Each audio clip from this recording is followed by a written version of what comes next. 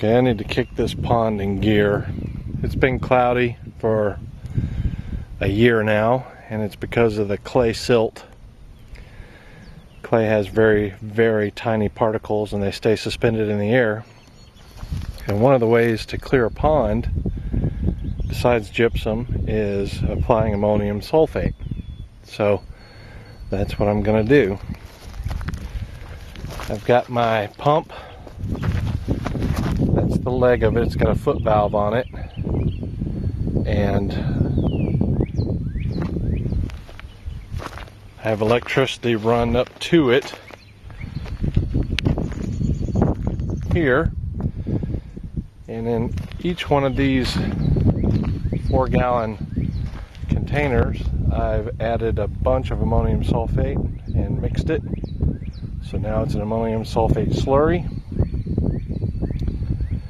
And because that lowers pH, I'm also going to add calcium carbonate to it to help balance it back out. So that's what I'm doing today. Pump is running. And I've got my sediment filter from my RV. And in it, it's got some of the ammonium sulfate. I wanted to see if it would dissolve in the container there. As well as some calcium carbonate. And it's being pumped from the pump out through the hose there. And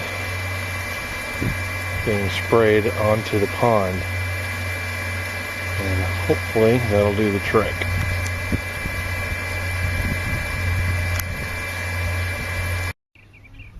This is the pond 24 hours later. It's significantly clearer. But you see the brim over there before they take off.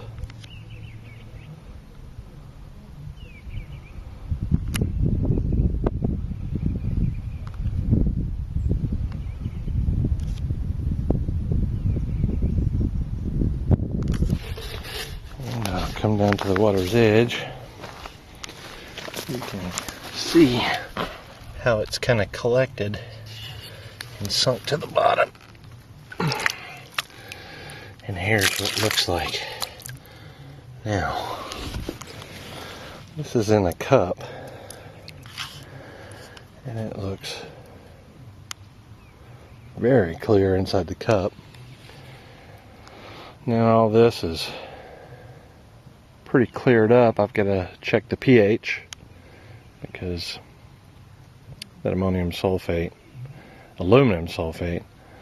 will make water acidic, and I'll have to put in some calcium carbonate to counter that.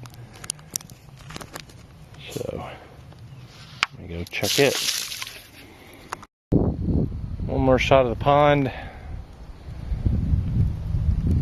After about a week to a week and a half of trying to clear it, and it's murky again, not as bad as originally, but it's the right color, or a better color.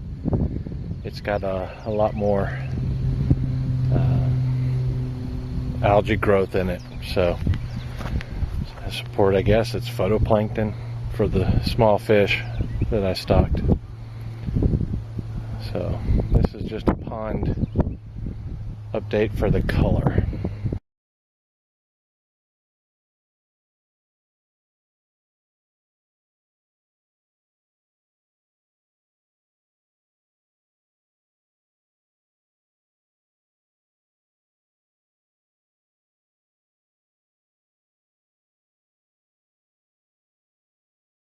I went and picked up some brim. I'm making a hybrid pond, a hybrid fishing pond, so it's made of hybrid brim.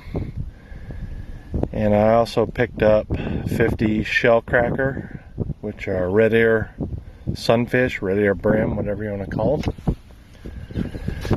And I picked them up in Quitman, Arkansas. I'm a little out of breath because I just carried these here. And that's about 45 minutes from here, and they only guarantee these things 1 hour in the bags.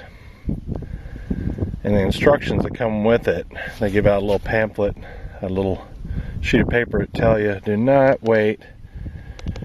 Do not set them in the water and wait for them to acclimate in temperature, because they're going to run out of oxygen because they only have an hour's worth of oxygen. It says in there to add water from the pond to the bags over a period of a few minutes, and then go ahead and release them. But I'm going to do both. I'm going to set them in the water while I add water to it.